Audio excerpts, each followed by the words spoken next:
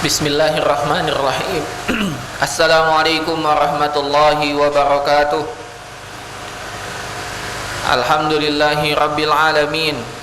Assalatu wassalamu ala nabiyyina Muhammadin wa ala alihi wa sahbihi ajma'in. Qala Allah ta'ala ya ayyuhalladzina amanu taqullaha haqqa tuqatih wa la tamutunna illa wa antum muslimun. Jamaah sidang solat maghrib yang insyaallah dilanjutkan isya di Masjid Anwar Azza yang semoga dimuliakan dan dirahmati oleh Allah Subhanahu wa taala. Kita panjatkan puja dan puji syukur kepada Allah karena hanya dengan nikmat dari Allah, dengan izinnya kita dapat melaksanakan aktivitas-aktivitas bermanfaat, yaitu beribadah kepada Allah Subhanahu wa taala. Salawat dan salam hendaklah kita terus panjatkan kepada Nabi kita Nabi Muhammad sallallahu alaihi wasallam.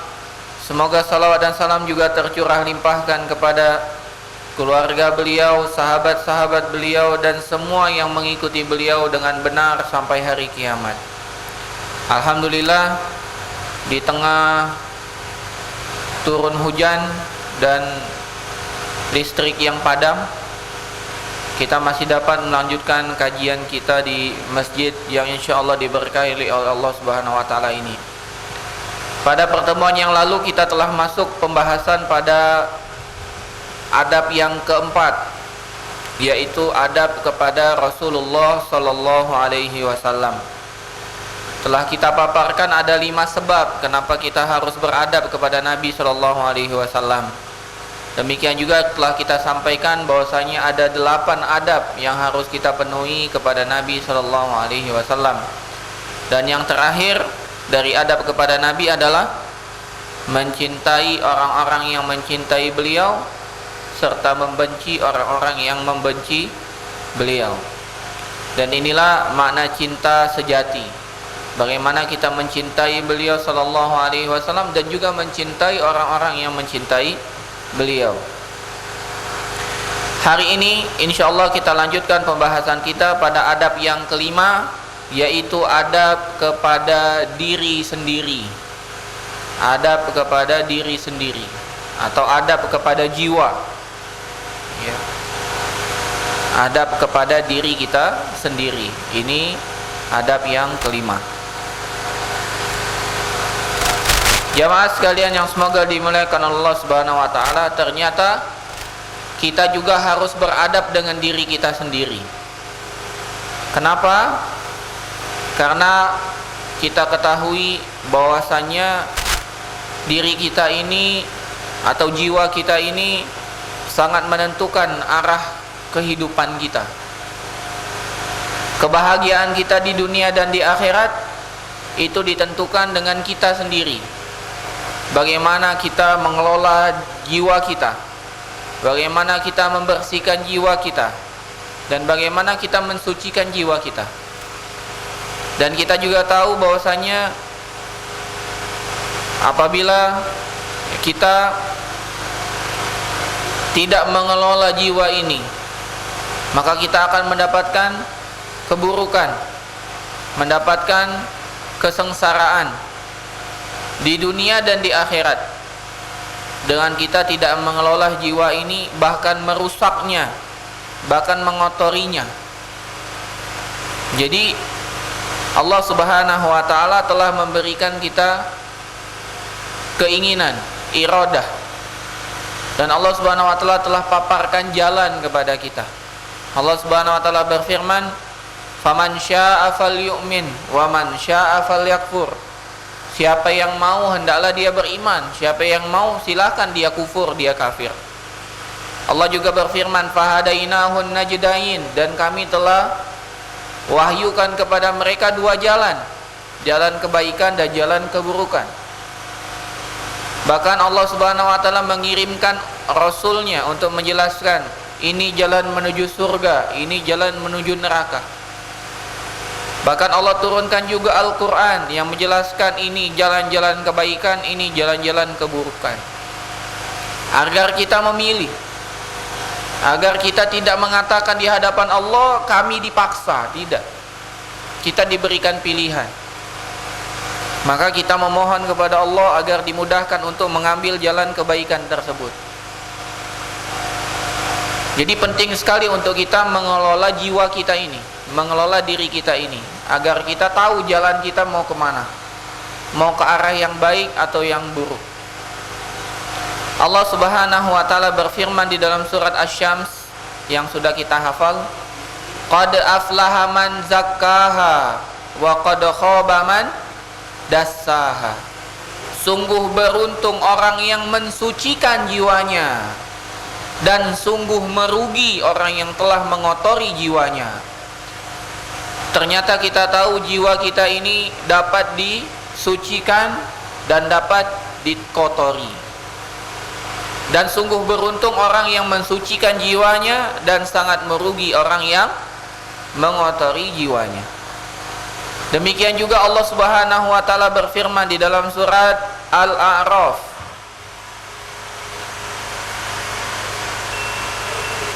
di dalam surat Al-A'raf. Nah, Allah Subhanahu wa Ta'ala berfirman, innal ladzina kadzdzabu bi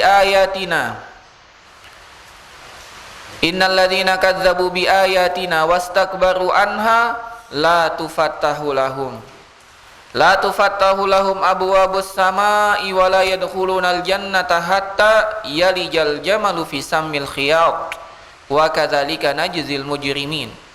Allah Subhanahu wa Ta'ala mengatakan dalam Al-Qur'an, sesungguhnya orang yang mendustakan ayat-ayat kami dan mereka sombong darinya.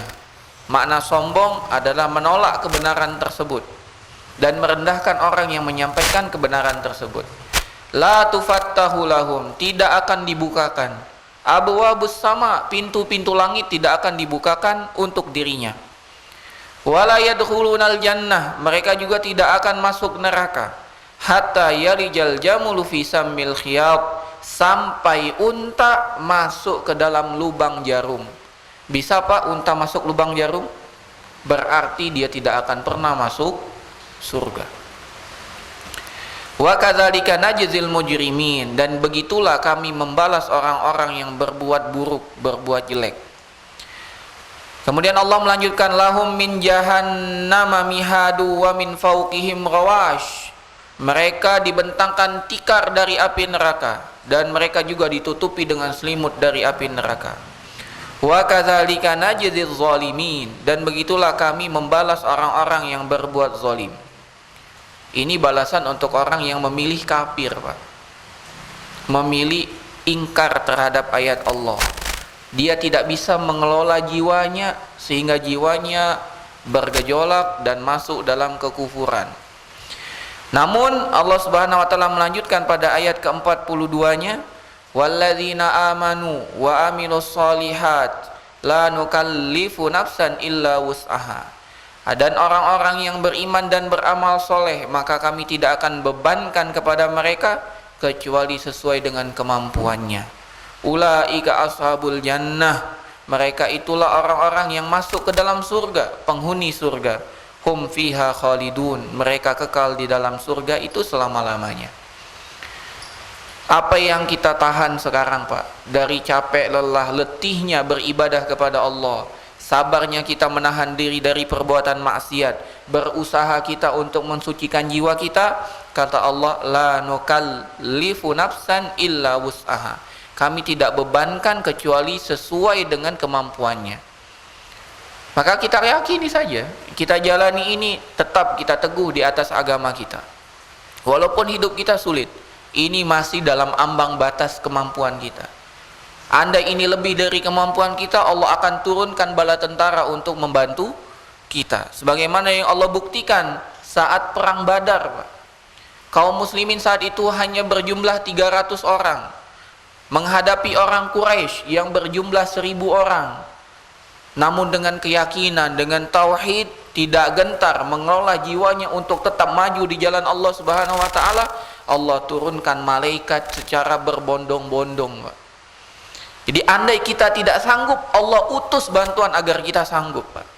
Jadi jangan ragu, jangan khawatir.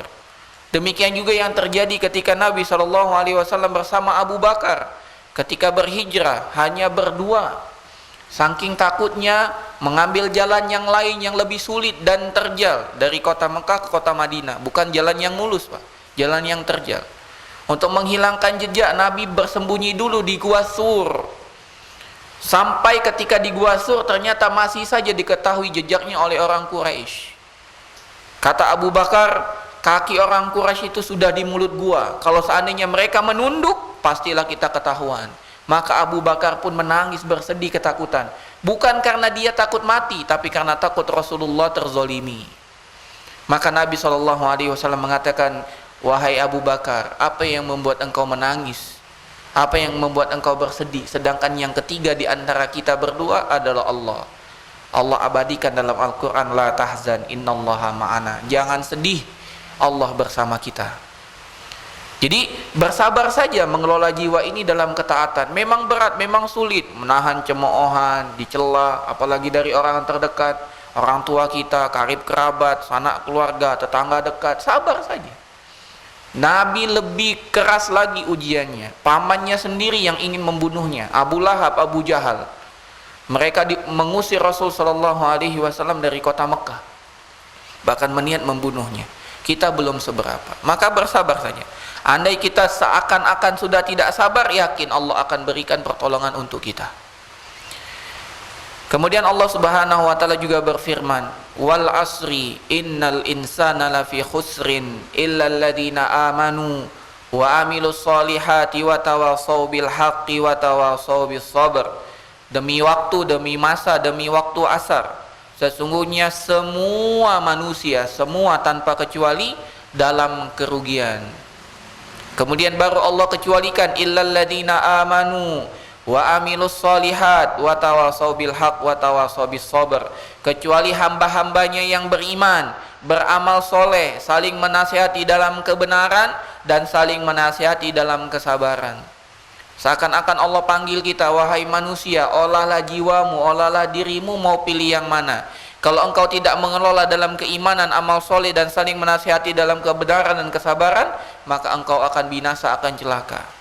Memang sulit menuntut ilmu, memang sulit beriman, memang sulit istiqomah dalam kebaikan, namun inilah jalan yang terbaik agar kalian tidak merugi.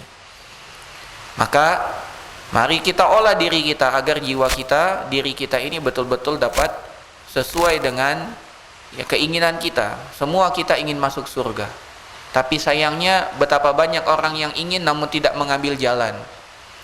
Sebagaimana diabadikan dalam syair Arab, tarjun najata walam tasluk masalikaha. Engkau ingin sukses, engkau ingin beruntung, engkau ingin berhasil, namun engkau tidak mengambil jalan kesuksesan tersebut. Innas safinata la tajri alal yabas. Sesungguhnya perahu tidak akan pernah belayar di atas gurun pasir, di atas daratan. Jadi kalau kita ingin berlayar, sampan kita, perahu kita harus di atas air.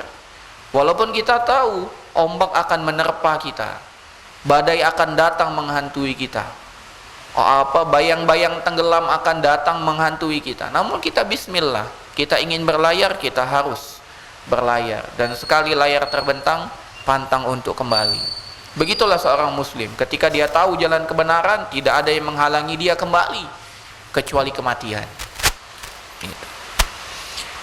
Jamaah sekalian yang semoga dimuliakan Allah Subhanahu wa taala, Allah kecualikan orang yang beriman, dan tidak sempurna keimanan sampai seorang itu berilmu. Maka wajib untuk kita terus menuntut ilmu. Dan ilmu saja tidak cukup kecuali dia iringi dengan amal soleh. Ternyata amal soleh saja harus ada buahnya, Pak. Buah dari amal soleh adalah dakwah, saling menasihati. Dan dakwah tidak harus di atas mimbar, tidak harus ketika khatib Jumat dan ceramah. Dakwah kita dengan nasihat, dengan anak kecil, dengan anak kita sendiri, dengan istri kita, dengan karib kerabat kita. Perkataan yang baik itu merupakan kebaikan. Jangan berhenti untuk menyampaikan kebaikan dengan cara yang terbaik, terutama dengan orang yang dekat dengan kita. Allah Subhanahu wa taala mengatakan, ya ayyuhalladzina amanu qu anfusakum wa ahlikum nar. Wahai orang yang beriman, jaga dirimu dan keluargamu. Wa tawasaw bis sabr. Dan setiap dakwah butuh kesabaran. Ini urutannya luar biasa. Iman, tidak sempurna iman kecuali dengan ilmu. Kalau sudah berilmu, tidak akan sempurna ilmunya sampai kecuali beramal. Amalnya tidak sempurna kecuali ada buahnya dakwah. Dakwah pasti ada godaannya, pasti ada tantangannya, maka hendaklah bersabar. Maka benar apa yang dikatakan oleh Imam Asy-Syafi'i, laula ma anzalallahu suratan ila hadhihi surah lakafathum. Kalau seandainya Allah tidak menurunkan ayat lagi kecuali surat ini sudah cukup. Karena isinya luar biasa. Iman dengan ilmu, ilmu butuh ilmu membuahkan amal, amal dengan dakwah, dakwah dengan kesabaran. Luar biasa ayat ini. Demikian juga Nabi SAW mengatakan, kullukum yadkhulunal jannata illa man aba. Kata Nabi, setiap kalian pasti masuk surga kecuali yang enggan. Fitrah kita ini masuk surga, Pak. Kenapa? Karena bapak kita diciptakan di mana? Di surga. Adam alaihissalam bapak kita, dan dia ditempatkan oleh Allah pertama kali di mana? Di surga. Kita ini ingin pulang kampung. Setiap kita ingin pulang kampung, dan kampung halaman kita sejatinya adalah surga Allah Subhanahu wa taala. Makanya Nabi mengatakan, kullukum yadkhulunal jannah illa man aba. Setiap kalian akan masuk surga kecuali yang enggan. Maka para sahabat pun aneh dan heran. Qalu ya Rasulullah, man ya'ba? Ya Rasul, emang ada orang yang enggak mau masuk surga? Jelaskan kepada kami, seperti apa orang yang enggak mau masuk surga? Kami saja rela berkorban meninggalkan tanah kelahiran kami, anak istri kami bercerai karena dia tidak mau beriman. Perniagaan kami, dagangan kami, harta benda kami tinggalkan demi masuk surga. Ini orang enggak mau masuk surga, seperti apa orangnya ya Rasul? Maka Nabi SAW mengatakan, man ata'ani dakhalal jannah. Barang siapa yang taat kepadaku masuk surga. Wa man asani faqad aba. Kalau dia maksiat kepadaku, tidak nurut kepadaku, tidak mau taat kepadaku, sejatinya dia orang yang tidak mau masuk surga. Seakan-akan Nabi mengatakan, wahai kaum muslimin, wahai umatku, olahlah jiwamu. Olah jiwamu agar tetap taat kepadaku, agar engkau masuk surga. Kalau engkau tidak mengelola jiwamu, tidak membimbing adab-adab jiwamu, maka dia enggan masuk surga berarti. Demikian juga Nabi SAW mengatakan, kullun nasi yaqdu faba'i'un nafsahu famu'tikuha aw mubiquha. Setiap manusia mendapati pagi hari, dan sejatinya pagi hari dia sedang berdagang, sedang dia berniaga. Faba'i'un nafsahu, dia sedang berniaga, menjual dirinya. Famu'tikuha aw mubiquha. Sebagian orang yang melaksanakan amal soleh, dia sedang memerdekakan dirinya. Aw mubiquha, namun orang yang tidak mau beramal soleh, dia sedang membinasakan dirinya sendiri. Seakan-akan Nabi mengatakan, kita ini punya pilihan di pagi hari. Kita menyongsong pagi hari dan sampai sore hari, apa yang akan kita lakukan? Apakah kita akan taat kepada Allah sehingga kita memerdekakan diri kita dari api neraka, atau kita malas-malasan tidak mau beribadah sehingga kita binasa dengan apa yang telah kita kerjakan? Manusia mendapati pagi hari, faba'i'un nafsahu, mereka menjual dirinya sendiri. Famu'tiquha aw mubiquha, dia memerdekakan dirinya atau bahkan membinasakan dirinya sendiri. Dan Nabi SAW mengajarkan kita untuk betul-betul memerdekakan diri kita dari api neraka. Allah Subhanahu wa taala berfirman, hal adullukum ala tijaratin tunjikum min adzabin alim. Maukah kalian aku beritahu tentang perniagaan yang dapat menyelamatkan kalian dari azab api neraka yang sangat pedih? Tu'minuna billahi wal yaumil akhir wa tujahiduna fi sabilillahi bi amwalikum wa anfusikum. Engkau beriman kepada Allah dan engkau berjihad di jalan Allah dengan harta dan jiwamu. Artinya kita butuh perjuangan mengelola diri kita dalam ketaatan kepada Allah. Kemudian penulis mengatakan, setelah kita tahu bahwasanya penting sekali mengelola hati atau mengelola jiwa kita ini, atau mengelola diri kita agar tetap dalam ketaatan, lantas kita beriman dan sangat yakin bahwasanya yang dapat membersihkan hati, yang dapat mensucikan hati kita adalah keimanan dan amal soleh. Hanya keimanan yang dapat membersihkan hati kita, dan amal soleh yang dapat mensucikan hati kita ini, atau mensucikan jiwa kita, tidak yang lain. Kalau kita pakaian kotor, kita bisa cuci dengan sabun, Pak. Tapi kalau jiwa kita yang kotor, tidak ada yang dapat mensucikannya kecuali iman dan amal soleh. Sebaliknya, kita juga sangat mengetahui tidak ada yang dapat mengotori hati kecuali kekufuran dan maksiat. Tidak ada yang dapat mengotori hati kita kecuali kekufuran dan maksiat. Makanya Allah Subhanahu wa taala memanggil kita, wa aqimis sholata tarafain nahari wa zulafam minal lail. Dirikanlah salat di dua ujung hari, yaitu pagi hari dan sore hari. Artinya di awal pagi yaitu subuh dan di akhir hari yaitu asar, ya, atau maghrib. Wa zulafam minal lail, dan ketika malam telah datang yaitu salat isya, ya. Innal hasanat yuzhibnas sayyiat. Sejatinya perbuatan baik dapat menghapuskan perbuatan buruk. Kita tahu, Allah Subhanahu wa taala Maha tahu, kita tidak akan pernah meninggalkan keburukan. Pasti kita berdosa. Semaksimal kita yang lakukan, pasti tetap berdosa. Namun Allah kasih solusi. Kalau engkau ingin selamat, maka segera ikuti keburukan dengan kebaikan. Segera bertobat. Segera iringi kebaikan, segera iringi keburukan dengan kebaikan. Niscaya kebaikan itu akan menghapuskan keburukan tersebut. Bahkan dalam sebuah hadis Nabi SAW mengingatkan tentang jiwa kita, tentang diri kita. Innal mu'mina idza aznaba dzamban. Sesungguhnya seorang mukmin apabila dia melakukan satu dosa, kana nuqtatun sauda'u fi qalbi, maka Allah akan berikan titik hitam, noda hitam di dalam hatinya, yang menyebabkan hati kita ini sakit. Hati sakit yaitu dengan perbuatan dosa. Kata Nabi SAW, sesungguhnya seorang mukmin apabila dia melakukan satu dosa, maka Allah akan berikan satu titik hitam, noda hitam di hatinya. Fa intaba wa naza'a wasta'taba suqila qalbuhu. Kalau dia berhenti dari perbuatan tersebut, perbuatan maksiat tersebut, perbuatan dosa tersebut, dia bertobat, maka Allah cabut noda hitam tersebut, Allah hapus. Wa in zada zadat. Namun sebaliknya, kalau dia tidak berhenti, tidak bertobat, bahkan menambah, maka noda hitam pun makin bertambah. Hatta tughlaqa qalbuhu, sampai hatinya tertutup penuh dengan noda hitam. Seakan-akan hati kita ini putih, Pak. Ketika kita melakukan perbuatan dosa, titik hitam. Dosa lagi, titik hitam lagi. Dosa lagi, titik hitam, titik hitam, titik hitam. Maka Nabi mengatakan, dan Allah Subhanahu wa taala mengatakan, ikuti keburukan itu dengan kebaikan. Biar apa? Biar hilang nodanya. Namun kalau kita tidak ikuti, noda itu akan terus tambah sampai menutupi semua hatinya. Dan ketika sudah menutupi, hatinya telah tertutup. Dia tidak bisa lagi menilai mana baik, mana buruk. Dia dapat menilai ini baik kalau sesuai dengan hawa nafsunya, bukan dengan syariat. Dia menganggap ini buruk kalau dia tidak sesuai dengan hawa nafsunya.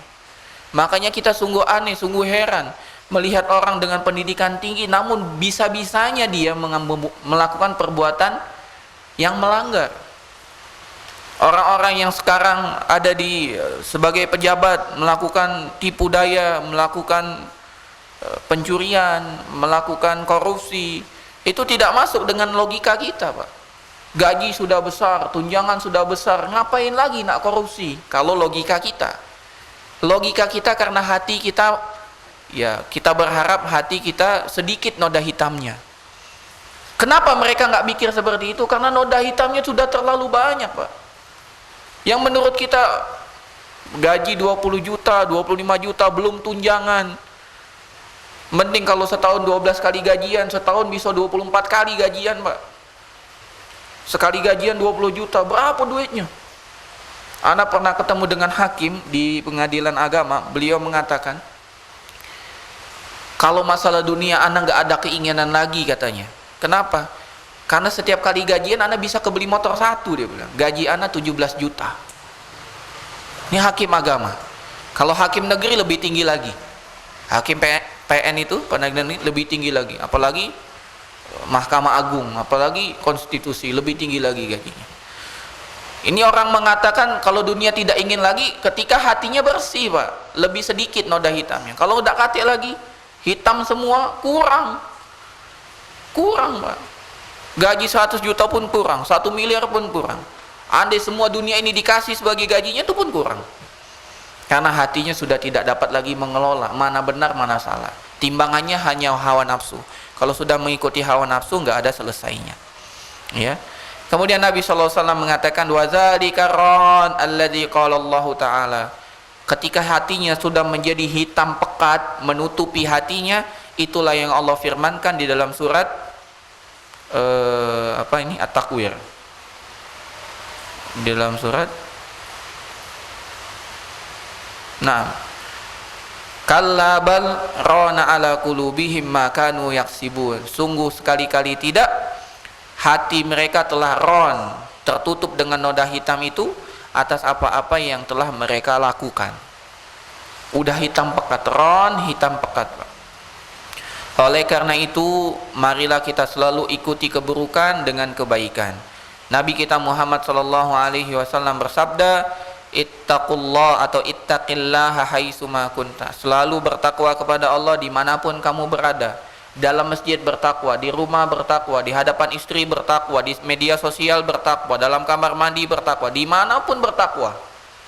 Karena hanya takwa yang dapat menjaga kita, Pak.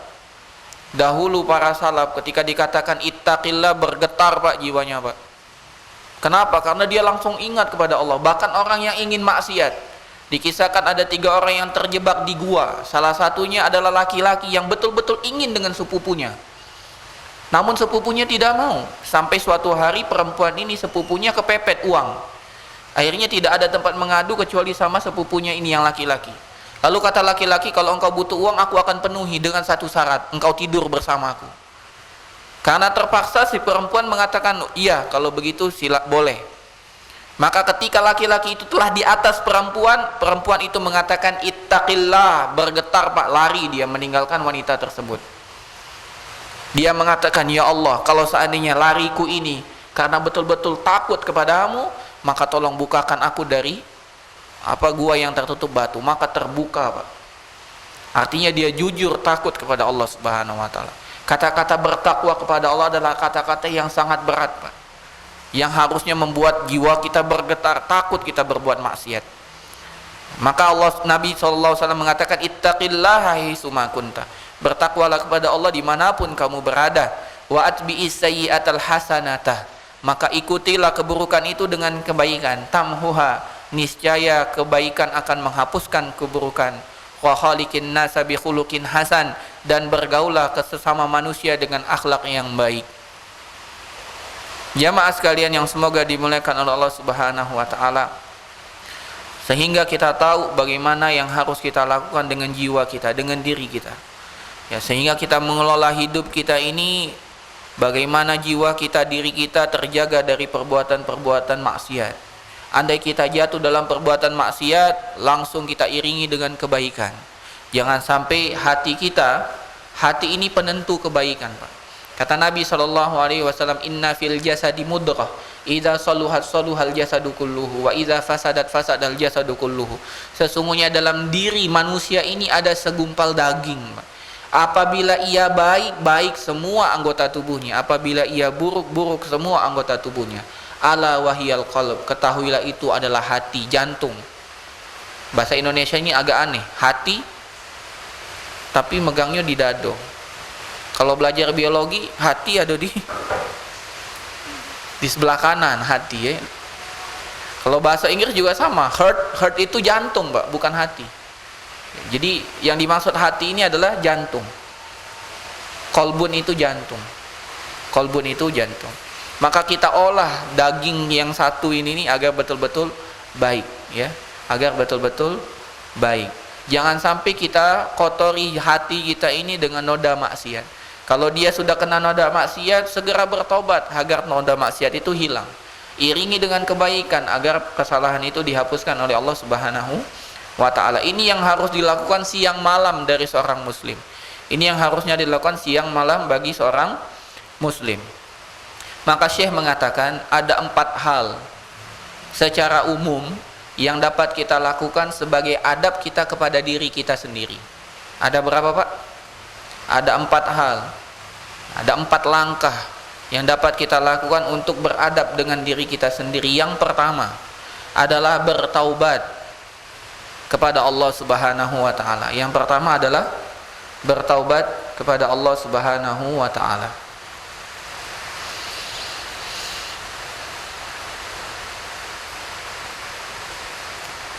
Dan taubat ini merupakan tugas kita setiap hari, Pak.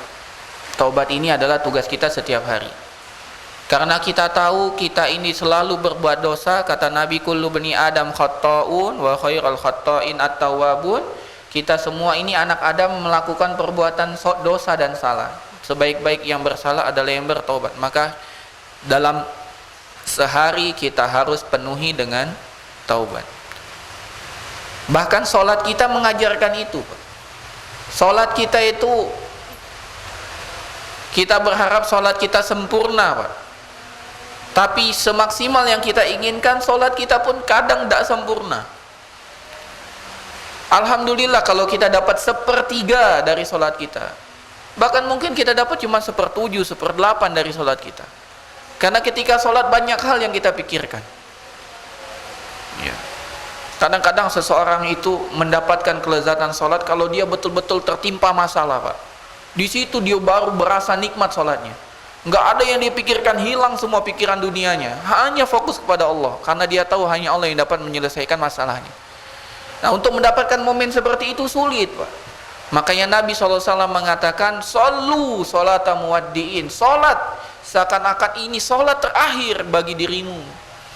Tapi menjadikan sholat sebagaimana sholat terakhir itu sulit, Pak. Sulit sekali. Makanya para ulama membuat adab-adab dalam sholat agar mendapatkan sholat yang khusyuk. Kata para ulama, salah satunya adalah datang sebelum azan, mendengarkan azan, sholat sunnah sebelum sholat wajib dahulu, sholat paling depan, tidak melihat lain kecuali imam. Itulah salah satu upaya-upaya yang dilakukan. Telah melakukan upaya itu, belum tentu salat kita sempurna. Ini yang pertama, taubat. Insya Allah kita lanjutkan setelah azan. Kita istirahat dulu mendengarkan azan. Wassalamualaikum. Lagi, pokoknya rutenya itulah terus. Ya, karena manusia ini bisa jadi dia berkeinginan, tapi hawa nafsunya mengalahkannya, terjatuh lagi. Maka jangan pernah ada kata putus asa. Terus, contoh rokok misalnya, dia bertekad bulat untuk tidak merokok. Karena pengaruh lingkungan, lemah imannya, syahwatnya ningkat, ngerokok lagi. Berhenti, dia ingat berhenti merokok, menyesal rokok ini memang buruk, haram. Kemudian kita katakan kita tidak mau merokok. Kalau terulang lagi, ulangi lagi terus. Dan kita sebagai saudara muslim jangan menjadi teman setan dengan kita menghinanya, namun kita bantu dia. Apa yang ana bisa bantu sehingga antum dapat meninggalkan dosa ini. Jangan antum celak dengan antum umbar ke masyarakat, fulan itu udah ngaji tapi merokok, bukan. Tapi kita omongin dia empat mata, apa yang bisa ana bantu agar antum bisa meninggalkan rokok. Itu cara yang harus kita lakukan. Taubat ini Allah Subhanahu wa taala panggil kita, Pak. Allah Subhanahu wa taala panggil kita. Dalam surat At-Tahrim ayat 8 Allah panggil kita. Ya ayyuhalladzina amanu tubu ilallahi taubatan nasuha. Wahai orang-orang yang beriman, bertaubatlah kepada Allah dengan taubat yang sungguh-sungguh. Taubat yang jujur, taubat nasuha. Bukan main-main, benar serius kita taubat. Taubat nasuha itu adalah betul-betul serius, jujur. Dan hanya kita yang tahu kejujuran kita kepada Allah Subhanahu wa taala. Makanya dalam hadis lain Rasul sallallahu alaihi wasallam mengatakan in tasduqillaha yasduqka. Kalau engkau betul-betul jujur, Allah penuhi apa yang kau niatkan itu. Tinggal kita, benar enggak kita jujur dalam bertaubat ini? Kalau betul, Allah akan bantu kita, pasti yakin. Allah akan membantu kita. Allah panggil kita, wahai orang yang beriman, bertaubatlah kepada Allah dengan taubat nasuha. Asa rabbukum ayyukaffiru ankum sayyi'atikum wa yudkhilakum jannat. Semoga dengan taubat itu Tuhan kalian akan mengampuni semua dosa-dosa kalian dan memasukkan kalian ke dalam surga. Allahu Akbar. Taubat ini merupakan amal soleh, Pak. dihapuskan dosa kita dan kita dimasukkan ke dalam surga. Maka taubat ini ibadah. Jangan kita merasa enggan untuk bertaubat. Taubat ini ibadah kepada Allah Subhanahu wa taala, bahkan ganjarannya luar biasa. Dosa diampuni, dimasukkan ke dalam surga. Kemudian Allah jelaskan agar kita betul-betul tertarik dengan surga, tajri min tahtihal anhar, yang mana surga itu mengalir di bawahnya sungai-sungai.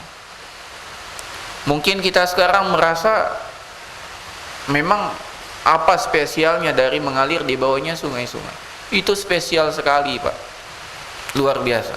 Orang di Arab itu, Pak, datang ke Indonesia, ke Bogor, itu demi untuk melihat gunung warna hijau mengalir bawahnya sungai, cuma untuk lihat itu aja. Karena di sana mereka tidak mendapatkan hal itu. Itu indah, seakan-akan dia melihat surga gitu. Belum lagi di surga apa yang kita mau ada. Semuanya ada. Kalau kita di dunia pengen beli pisang harus ke pasar, Pak. Kalau di surga kita pengen pisang, pisangnya mendekat, Pak. Tinggal petik di tempat kita, bayangkan. Jadi pisangnya mendekat kepada kita. Segala macam minuman yang kita mau ada semua. Mau susu ada yang tidak pernah basi, mau khamr ada yang tidak memabukkan, ada madu murni. Semuanya ada di surga, bahkan ditemani oleh bidadari. Mungkin di dunia ini kita nggak punya istri, jomblo, kemudian meninggal. Di surga kita ditemani bidadari lebih dari satu. Kenikmatan yang tanpa batas. Di dunia, Pak, di dunia tiada hari kecuali kita makin tua, makin keriput, makin lemah. Di surga tiada hari kecuali makin ganteng, makin tampan, makin kuat. Para bidadari mengatakan, sungguh engkau lebih tampan dari hari kemarin. Allahu Akbar. Kalau sekarang di dunia istri kita mengatakan, mas, makin ganteng be tiap hari, itu berbau bohong sedikit, Pak. Kenapa?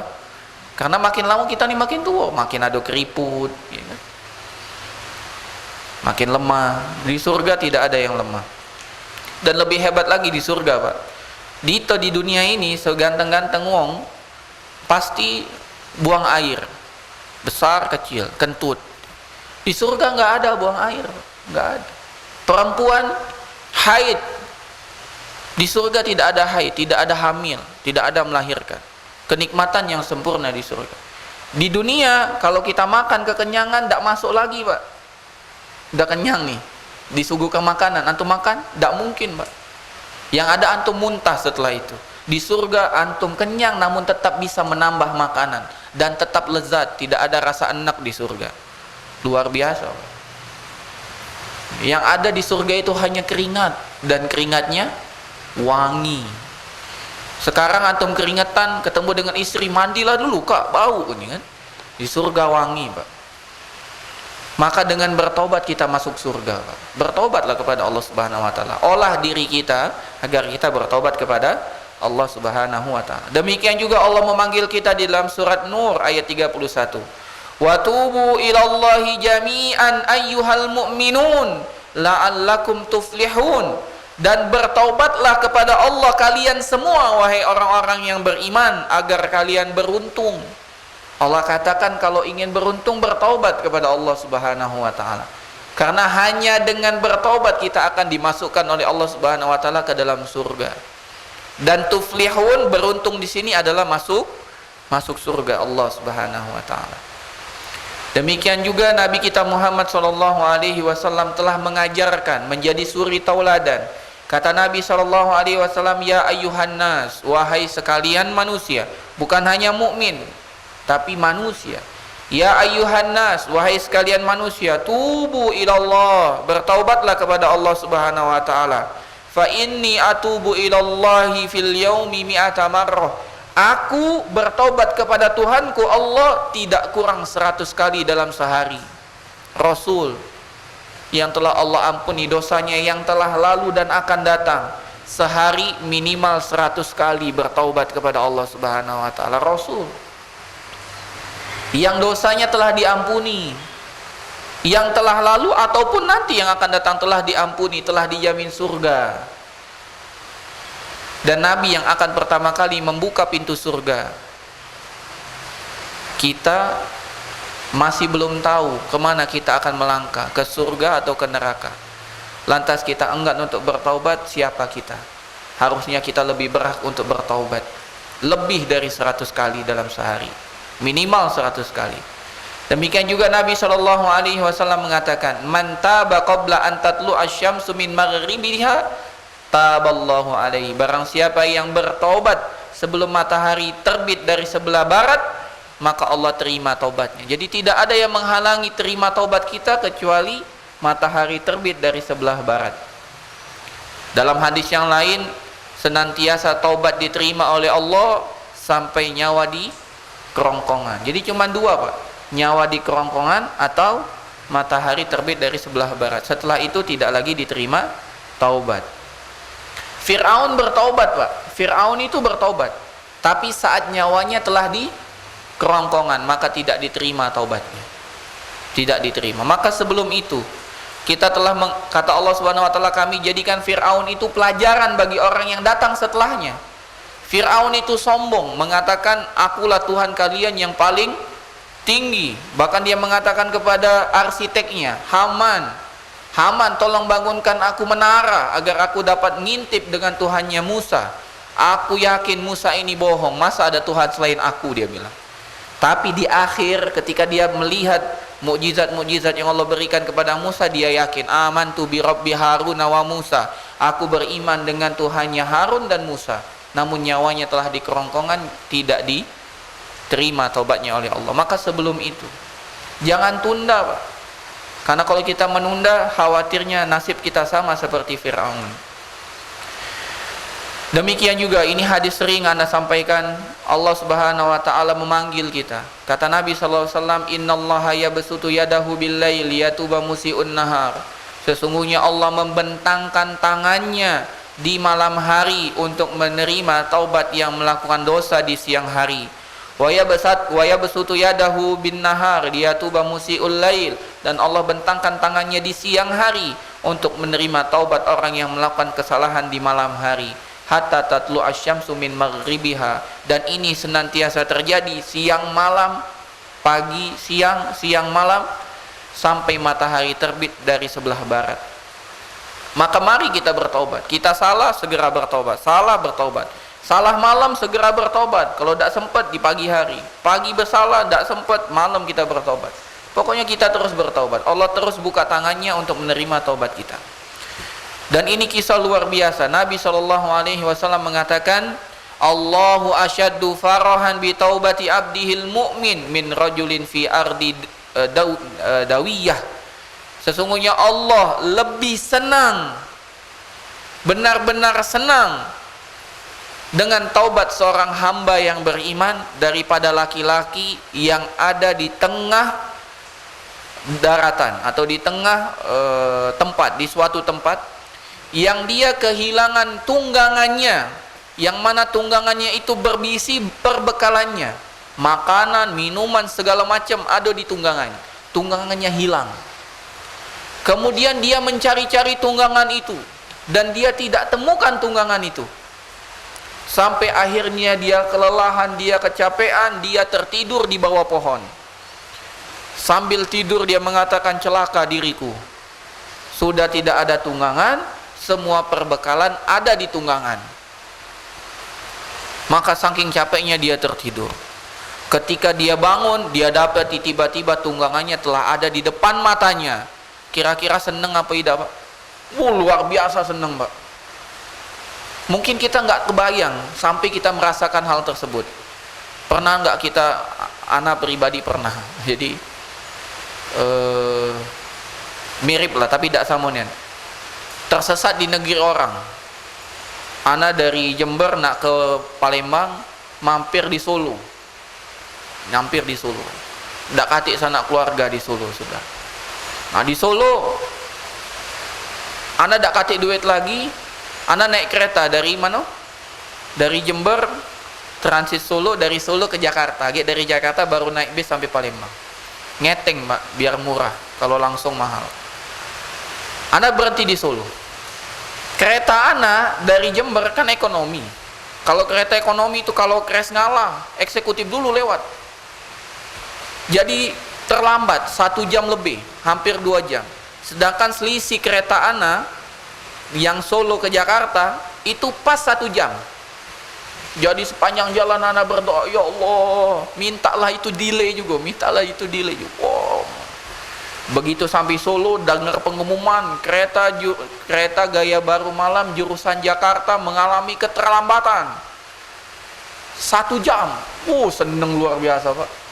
Kalau tak terlambat bingung nak tidur di mana. Tiket lah terbeli, duit tak katik lagi. Nah, itulah seperti itu kebahagiaannya. Orang ini tak katik lagi yang dia punya. Ketika dia dapati senang sekali. Maka Nabi SAW mengatakan, "Fallahu asyaddu farahan bi taubati abdihil mu'min min hadza bi rahilatihi wa zadihi." Sungguh Allah lebih senang dengan taubat seorang hamba daripada orang ini dengan tunggangan beserta perbekalannya. Jadi Allah betul-betul senang ketika kita bertaubat kepadanya. Bahkan dalam hadis yang lain Allah Subhanahu wa taala menceritakan, kata Nabi sallallahu alaihi wasallam, kalau seandainya tidak ada satupun manusia yang berbuat dosa sehingga mereka tidak bertaubat, maka aku binasakan manusia itu dan aku datangkan hamba-hamba yang berbuat dosa dan bertaubat. Saking Allah ingin mendengar taubat rintihan, keluh kesah hambanya kepada dirinya. Dan ini menunjukkan bahwasanya jiwa kita ini betul-betul hancur, lebur, remuk di hadapan Allah Subhanahu wa taala. Begitulah sifat Allah Subhanahu wa taala yang maha tinggi, ingin melihat hambanya tersipu di hadapannya, mengeluh, mengakui semua kekurangan dan kealpaannya kepada Allah Subhanahu wa taala. Dan Allah enggan dengan hamba yang sombong, tidak mau meminta dan tidak mau kembali kepadanya. Makanya Allah Subhanahu wa taala sangat memuji hambanya yang sering beristighfar, bertaubat kepadanya. Faqultu astaghfiru rabbakum innahu kana ghaffara. Katakanlah beristighfar, bertaubatlah kepada Tuhan kalian, sesungguhnya Allah Maha menerima taubat. Kalau kalian bertaubat, yursilis samaa alaikum midrar, Allah akan turunkan hujan yang lebat yang membawa keberkahan. Wa yumditkum bi amwal, Allah akan bentangkan kepada kalian harta. Wa banin, dan juga anak keturunan. Wa yaj'al lakum jannah, dan Allah akan jadikan kebun-kebun yang penuh dengan buah-buahan. Wa yaj'al lakum anhar, dan Allah akan jadikan sungai tempat kalian mengambil kehidupan di sana. Bertaubat kepada Allah Subhanahu wa taala, ini kunci kita beradab dengan diri kita. Kemudian yang kedua, ini ada 4 mungkin kita ambil 2 dulu. Yang kedua, adab yang kedua adalah muraqabah.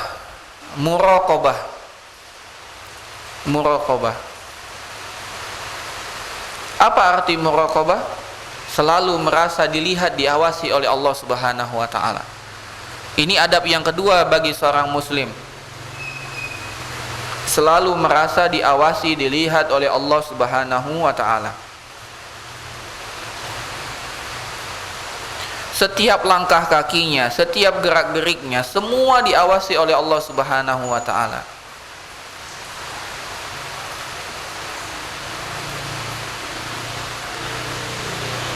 Allah mengetahui apa yang ada di dalam hati kita, apa yang kita utarakan. Bahkan Allah mengetahui lirikan mata kita.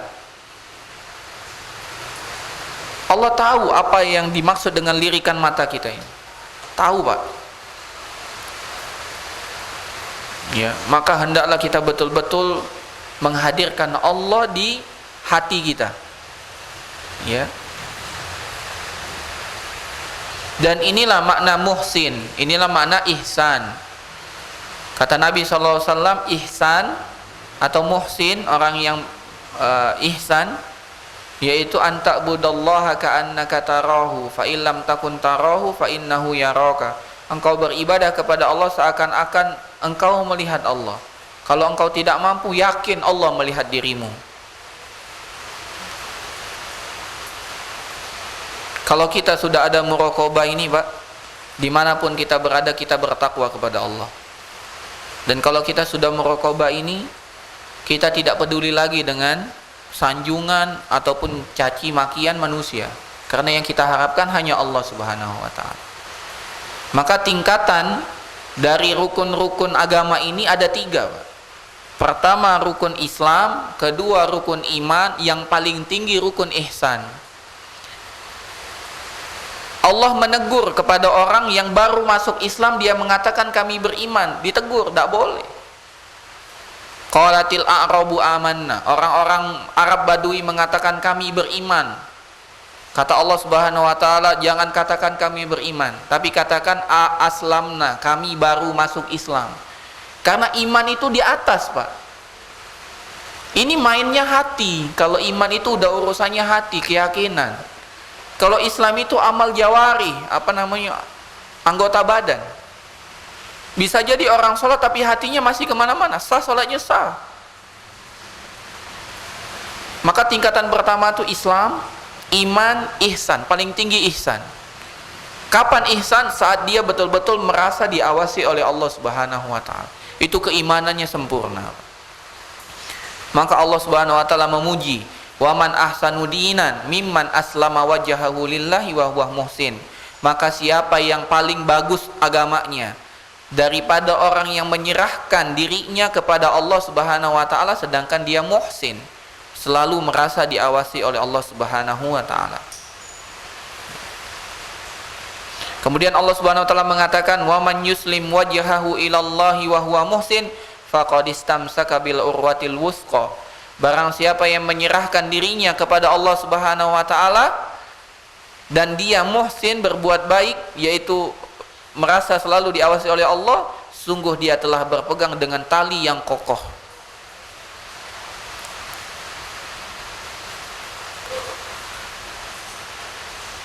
Maka ada beberapa kisah yang dapat kita ambil di sini, menceritakan tentang para salafus soleh dahulu, bagaimana mereka menjaga muraqabatullah.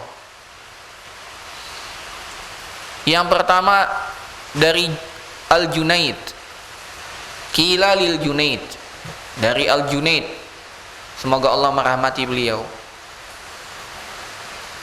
Ditanya kepada Junaid, wahai Junaid, bagaimana cara yang tepat agar kami dapat menahan pandangan kami dari melihat yang haram? Bagaimana cara kami, atau tips bagaimana kami mendapat menahan pandangan kami dari melihat yang haram, melihat wanita yang bukan mahram, melihat yang terlarang? Gimana? Kata Junaid, bi ilmika annan nazran nazir ilaika asbaq min nazarika ilal manzur. Tipsnya adalah dengan engkau betul-betul yakin bahwasannya yang punya pandangan Allah Subhanahu wa taala lebih dahulu tahu daripada engkau melihat kepada yang kau akan lihat. Allah lebih dahulu melihat ketimbang engkau melihat yang haram. Sebelum kita melihat, Allah sudah melihat. Maka jangan lihat yang haram, Allah sudah melihat. Itu tips dari Junaid. Hendaklah kita meyakini dengan benar bahwasanya Allah melihat kita sebelum kita melihat yang haram. Kisah yang kedua dari Sufyan Ats-Tsauri, masih tentang muraqabah. Beliau mengatakan, alaika bi muraqabah, wajib atas engkau muraqabah, merasa diawasi oleh Allah Subhanahu wa taala. Mimman la takhfa alaihi khafiyah, kepada yang tidak ada hal satupun yang tersembunyi darinya. Allah Subhanahu wa taala. Hendaklah engkau selalu merasa diawasi oleh yang tidak ada rahasia satupun dari dirinya. Wa alaika birrajai, dan bagimu pengharapan, mimman yamlikul wafa, kepada yang selalu memenuhi janjinya atau memenuhi janjinya. Naam. Wa alaika bil hadzar, dan wajib bagi kalian untuk betul-betul hati-hati menjaga diri, mimman yamlikul uqubah, kepada yang memiliki hukuman yang keras. Itu Allah. Hendaklah kita muraqabah kepada Allah karena Allah tidak ada rahasia darinya. Hendaklah kita selalu berharap kepada Allah karena Allah selalu memberikan janji-janjinya. Dan hendaklah kita berhati-hati jangan sampai kita melanggar karena Allah memiliki hukuman yang pedih. Ini kata Sufyan Ats-Tsauri. Demikian juga dikatakan oleh Abdullah ibn Mubarak. Kata Abdullah ibn Mubarak berkata kepada seseorang, raqibillah ya fulan, selalulah engkau merasa diawasi Allah wahai fulan. Fasa'ala ar-rajulu anil muraqabah, Maka orang itu mengatakan, memang apa yang dimaksud dengan muraqabah? Maka Ibnul Mubarak mengatakan, kun abadan ka'annaka tarallah, jadilah engkau selalu merasa melihat Allah. Jadilah engkau selalu merasa melihat Allah. Kalau engkau tidak sanggup, ya engkau pasti dilihat Allah. Demikian juga yang dikisahkan dari Abdullah ibn Dinar. Abdullah bin Dinar. Pernah suatu hari beliau pergi bersama Umar bin Al-Khattab. Jadi Abdullah bin Dinar pernah pergi bersama Umar bin Al-Khattab ke Mekah.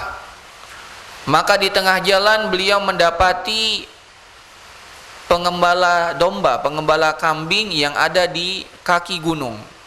Maka Umar pun berkata kepada pengembala kambing ini, wahai pengembala, coba jualkan satu kambing saja untuk aku ingin beli, engkau jual. Jadi pengembala kambing bukan si punya kambing. Dan sama seperti kita di sini juga kan, orang yang ngurus kambing belum tentu dia yang punya kambing. Kambing ini sama, pengembala kambing bukan yang punya kambing. Maka berkata ar-ra'i, innahu mamluk. Enggak, itu bukan punya aku, punya tuannya. Aku cuman mengembalakan. Faqala lahu qul sayyidika akalaha adz-dzi'bu. Yang kau sangat mudah mengatakan, ya bilang aja dimakan oleh serigala, kan hilang satu cuman. Bilang aja dimakan serigala. Maka sang pengembala mengatakan, ainallah. Lantas di mana Allah kalau aku mengatakan hal itu? Ainallah. Di mana Allah? Aku mau taruh di mana Allah kalau aku mengatakan dimakan oleh serigala? Fabaka Umar, maka Umar pun langsung menangis. Wa ghada ala sayyidihi, dan langsung bergegas menuju tuannya. Jadi pengembala ini ternyata budak. Langsung bergegas menuju tuannya. Fashtarahu, maka langsung dibeli oleh Umar, dak nganyang lagi, dak nawar lagi. Fa'ataqahu, dan Umar langsung memerdekakannya. Inilah muraqabah. Dia bisa berbohong tapi dia tidak mau berbohong. Kenapa? Karena Allah melihat. Ainallah, kata dia. Lantas di mana Allah kalau aku mengatakan dia dimakan oleh serigala? Kemudian dikisahkan lagi dari sebagian orang-orang soleh, ya,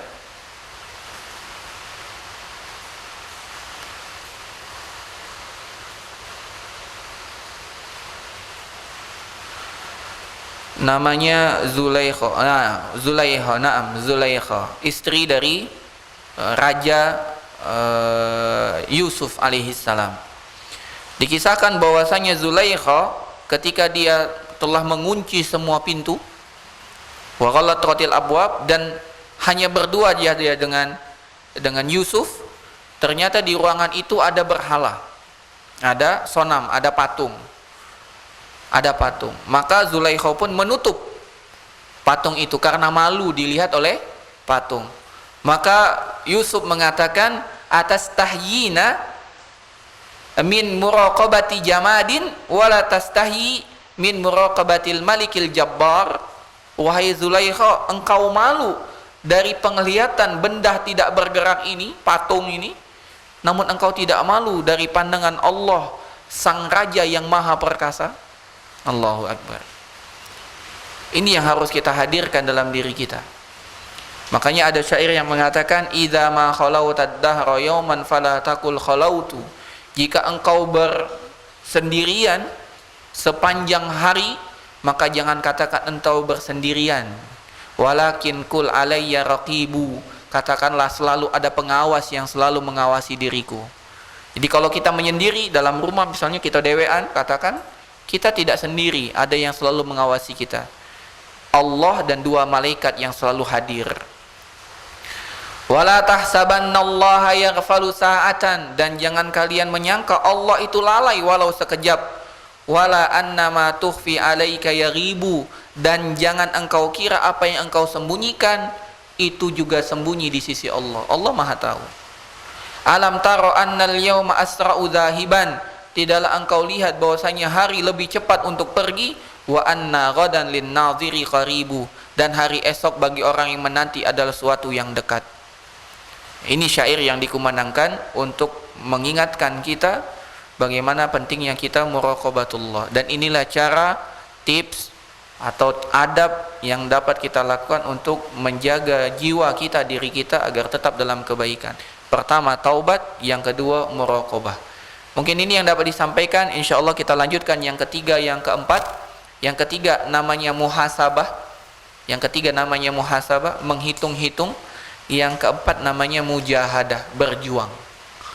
Jadi ada 4 adab untuk diri kita. Pertama taubat, kedua muraqabah, ketiga muhasabah, keempat mujahadah.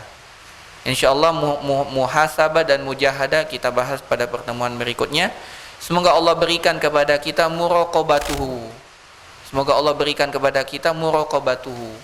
Rasa selalu diawasi Allah, dan semoga Allah melimpahkan kepada kita taubat agar kita terus untuk bertaubat kepada Allah Subhanahu wa taala. Apa yang kita sampaikan, apa yang kita dengar, apa yang kita catat tidak lain tidak bukan untuk perbaikan diri kita. Bukan untuk memvonis, bukan untuk menjadikan orang itu bersalah, namun untuk memperbaiki diri kita sendiri. Apa yang benar datang dari Allah, apa yang salah itu murni kekeliruan kami pribadi. Allah dan Rasulnya terlepas dari kesalahan. Kami tutup dengan doa kafaratul majlis. Subhanakallahumma wa bihamdika, asyhadu an la ilaha illa anta, astaghfiruka wa atubu ilaik. Assalamualaikum warahmatullahi wabarakatuh.